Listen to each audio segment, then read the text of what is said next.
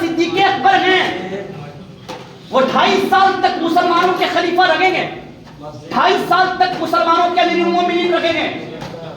اور انداز خلافت دیکھیں، انداز بادشاہی دیکھیں، اور خلیفہ ہو تو ایسا ہو، نیتا ہو تو ایسا ہو.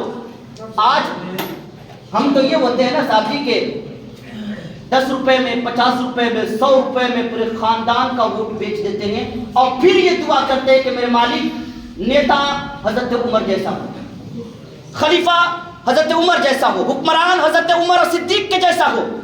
100 روپے میں پورے خاندان کا ووٹ بیچ کر کیا یہ دعا کر رہے ہوتے ہیں مسجد میں.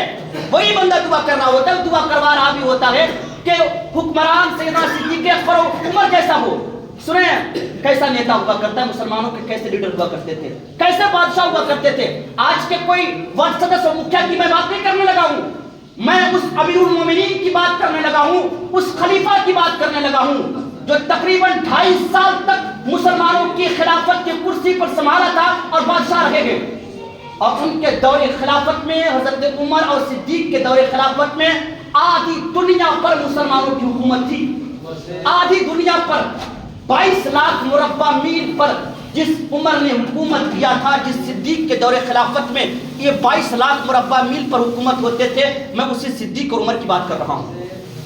پتہ ہے کیسے نگہبانی کی جاتی تھی، کیسے نگرانی کی جاتی تھی، کیسے لوگوں کی خبرگیری کی جاتی تھی. مدینے میں ایک بڑھیا تھی نا جو آنکھوں سے نابینا تھی، ضعیفہ تھی، لاوارث تھی، جس کا کوئی حامی مددگار نہیں تھا. سیدنا صدیق اکبر رات کے تہائی حصے میں جاتے اور اس بڑھیا کے گھر جانے کے بعد اس کے گھر میں جھاڑو بھی دیتے، کھانا بھی بناتے اور تمام طرح کے کام کاج کیا کرتے تھے. وہ بڑھیا ہر دن پوچھتی تھی کہ بیٹے تیرا نام کیا ہے. سیدنا صدیق اکبر نام نہیں بتایا، کبھی نہیں نام بتایا. آج تو ہمارا حال یہ ہے کہ اگر کسی غریب کی مدد بھی کر دیتے ہیں تو سب سے پہلے اس کے ساتھ سیلفیاں لیتے ہیں نا، اور اس کی عزت کے جنازے بھی نکالتے ہیں ہمیں نا. کیا فلاں سیٹ صاحب نے فلاں صاحب فلاں غریب کی مدد کر دی ہے، وہ سوشل میڈیا ہینڈل پر تمام طرح کی چیزوں کو شائع کر دیا جاتا ہے. یہ چھوٹے موٹے نیتاؤں کی بات کر رہا ہوں، میں ان بڑے نیتا کی بات کر رہا ہوں جو آدھی دنیا پر حکومت کرنے والے تھے. 2.5 سال تک اس غریب بڑھیا کے جا کر کے کھانا بناتے، تمام طرح کے کام کاج کرتے. بڑھیا ہر دن پوچھتی بیٹا نام تو بتا دے، تیرا نام کیا ہے. لیکن نام نہیں بتایا. کہا اما جی آپ کا کام تو ہو رہا ہے نا، نام میں کیا رکھا گئے. حضرت عمر کو بھی پتا چلا کہ مدینے میں کوئی بڑھیا ہے. گئے، جانے کے بعد جیسے ہی دروازے پہ داخل ہوتے ہیں نا، فرماتے ہیں اما جی میں عمر بن خطاب ہوں اور میں نے سنا ہے کہ آپ کا کوئی نہیں ہے، میں چاہتا ہوں کہ آپ کی خدمت کروں. وہ بڑھیا کہتے ہیں عمر رات کو ایک بندہ آتا ہے میری خدمت کرتا ہے چلا جاتا ہے، رات کو ایک بندہ آتا ہے میرے لیے کھانا بھی بناتا ہے چلا جاتا ہے، جھاڑو بھی لگاتا ہے، تمام گھر کے کام کاج کرتا ہے، وہی بندہ میرے لیے ٹھیک ہے. حضرت عمر کہنے لگے کہ نہیں اما جی مجھے بھی موقع دے، میں بھی خدمت کرنا چاہتا ہوں، میں بھی ثواب کمانا چاہتا ہوں. وہ بڑھیا کہنے لگی نہیں وہی ٹھیک ہے، رات کو آتا ہے نا وہی بندہ ٹھیک ہے. حضرت عمر بڑے جلالی آدمی تھے، جلال میں آ گئے، کہا کہ میں کیوں نہیں خدمت کر سکتا ہوں، مجھے بھی موقع دے، میں بھی نیکیاں کمانا چاہتا ہوں. وہ بڑھیا کہنے لگی عمر تجھ میں اور اس میں بڑا فرق ہے، تجھ میں اور اس میں بڑا فرق ہے. حضرت عمر چوک پڑے، فرماتے ہم میں اور اس میں بڑا فرق ہے، کون سا فرق ہے. کہا کہ عمر فرق یہ ہے نا کہ تم پہلی مرتبہ آئے ہو، اپنا بھی نام بتا رہے ہو، اپنے ابا کا بھی نام بتا رہے ہو، کرے میں عمر بن خطاب ہوں، خطاب کا بیٹا عمر ہوں. لیکن وہ بندہ جو آ رہا ہے نا 2.5 سال تک آتا ہے، میرے گھر میں تمام طرح کے کام کاج کرتا ہے، میں ہر دن اس بندے سے پوچھتی ہوں بیٹا نام کیا ہے، لیکن آج تک انہوں نے اپنا نام نہیں بتایا. تم پہلے دن اگر کے نام بتا رہے ہو، اللہ اکبر، نیت پہ شک نہیں کر رہا ہوں، لیکن سیدنا صدیق اکبر کے کمالات کی بات کر رہا ہوں. حضرت عمر چوک پڑے، رونے لگے، فرمانے لگے کہ اس دھرتی پر کوئی ایسا بندہ بھی ہے جو نیکی کر کے اور کسی کو نہ بتائیں. ہم تو جب تک 10 لوگوں کو نہ بتا دیں تب تک وہ بات ہضم بھی نہیں ہوتی ہے نا. کسی بندے کی اگر ہم مدد کر دینا، بات میں بھی بتا دیتے ہیں یار فلاں کا بیٹا بڑا بھوک سے مر رہا تھا میں نے اس کی مدد کر دی، یہ بات میں بتا دیتے ہیں نا. لیکن سیدنا صدیق اکبر نے بتایا نہیں. حضرت عمر سوچنے لگے یار کون ہے، میں اس کو دیکھنا چاہتا ہوں، جانچنا چاہتا ہوں. حضرت عمر فرماتے ہیں کہتے ہیں کہ میں مسجد نبوی کے جھاڑی کے کنارے چھپ کر کے بیٹھ گیا اور دیکھنے لگا کہ کون بندہ رات میں حصے میں جاتا ہے. رات کا سناٹا گزرتا ہے، بھوک عالم ہوتا ہے، پورے مدینے کے لوگ سو رہے ہیں. اسلام کا خلیفہ تہجد کی نماز پڑھ کر کے اور مسجد نبوی سے جیسے کہ باہر نکلا نا، چہرے پہ نقاب ہے، پیروں میں چپل لگی ہے، جیسے ہی نقاب پہن کر کے بغیر چپل کے اس بڑھیا کے گھر کی طرف بڑھتے ہیں، حضرت عمر جھاڑی سے نکلتے گئے، نکلنے کے بعد اس بندے کو پکڑ لیتے ہیں، فرماتے تو ہے کون، تیرا نام کیا ہے، تو اس بڑھیا کی خدمت کیوں کرتا ہے؟ اللہ اکبر۔ حضرت عمر چھڑانے کی جیسے ہی پوچھتے ہیں، حضرت سیدنا صدیق اکبر چھڑانے کی کوشش کرتے ہیں، چھڑا نہیں پاتے ہیں۔ اچانک حضرت عمر نے جب چہرے سے نقاب کو کھینچا ہے تو کیا دیکھتے ہیں کہ وقت کے بادشاہ، وقت کے امیر المومنین، وقت کے خلیفہ سیدنا صدیق اکبر موجود ہیں۔ وہ بادشاہ موجود ہے جو رات کے تائی حصے میں جا کر کے اس بڑھیا کے گھر خدمت کرتے ہیں۔ اللہ اکبر۔ لیڈر ہو تو ایسا ہونا، نیتا ہو تو ایسا ہونا جو لوگوں کی خبر گیری ایسے کرے۔ لیکن آج ہم کتنے نیتا چنتے ہیں جی، کیسے لیڈر چنتے ہیں جی؟ چنتے ایسے ہی ہیں جو ہمارے مطلب کی بات کرے، چنتے ایسے ہی لوگوں کو ہیں جو ہمارے مفاد کی بات کرے۔ اگر ہم پیسے پر بکنے والے لوگ یہ پھر یہ سوچتے ہیں کہ تباہی کیوں آ رہی ہے، ہمارے گھروں کو بلڈوز کیوں کیا جا رہا ہے، اتنی پریشانیاں کیوں آ رہی ہے، تو میں کہتا ہوں کہ پہلے اپنے نگہبان، اپنے گرہبان کو جھانک کر کے دیکھیے کہ کمی کہاں پہ ہے۔ ایک بار سدس اٹھ جائے نا آپ کے محلے میں، 4 بندے اس کو ہرانے کے لیے اٹھیں گے، مسلمان بھی ہیں 4 بندے۔